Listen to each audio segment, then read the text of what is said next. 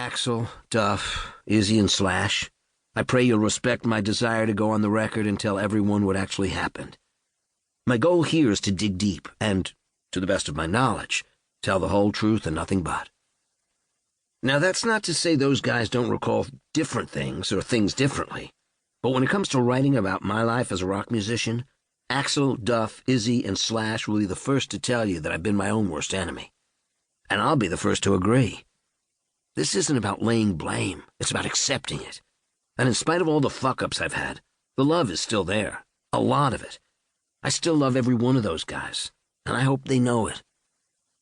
One of the things Slash writes in the closing pages of his memoir, Slash, is that he's truly happy that Steven Adler is doing better. I got very emotional when I read that.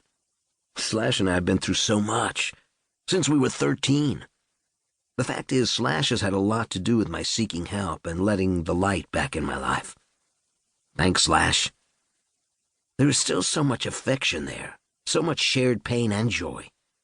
You can't ever take that away. Not from me and Slash, and not from me and Duff, Izzy, or Axel. The only way to make these pages matter to me, and you, and everyone who has loved or hated me over the past 40 years, is to make the whole truth the price of admission. And Adler's admitting everything. Forward for the dudes. Now it's a mighty long way down rock and roll. As your name gets hot, your heart grows cold. All the way from Memphis, Mott the Hoople. Those lyrics are from Ian Hunter, lead vocalist for one of my favorite bands, Mott the Hoople. And it kind of sums up what we went through with GNR. The bigger we got, the more stuck up and out of touch we became. Hunter also wrote one of the greatest books ever about life on the road called Diary of a Rock and Roll Star. It takes all the shine off the glamorous rock star image and puts it in its proper unfiltered light. It is a frank, many times joyless account of what rock and roll is like from the inside looking out. Hunter was determined to get it all down in his personal account of Mott's 5-week American tour in November and December of 1972. It should be required reading for all kids before they start smoking cigs, skipping school, and jamming in garages. Hunter talks about Mott's equipment getting stolen, concerts being canceled, and fans being abusive.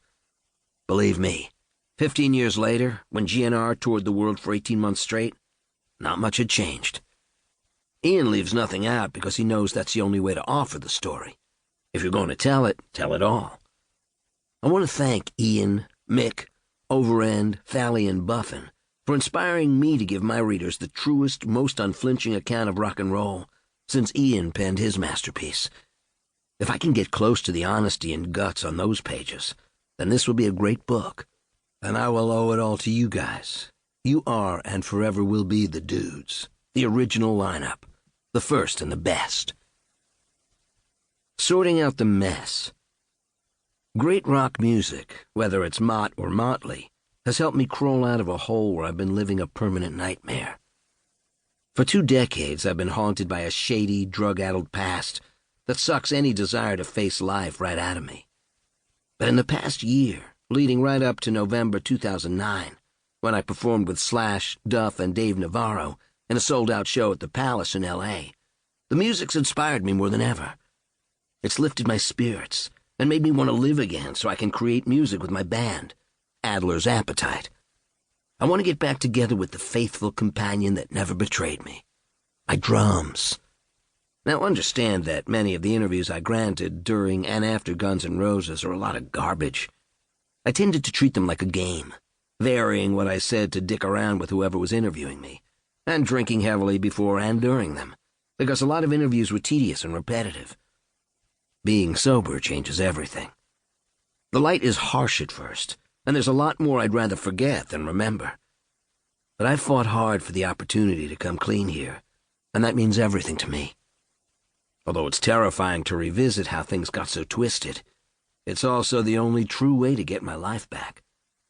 So let's start this journey at the beginning, so we can understand how things began to unravel until they got so fucked up. 1. Trouble from the Start. Cleveland Coletti.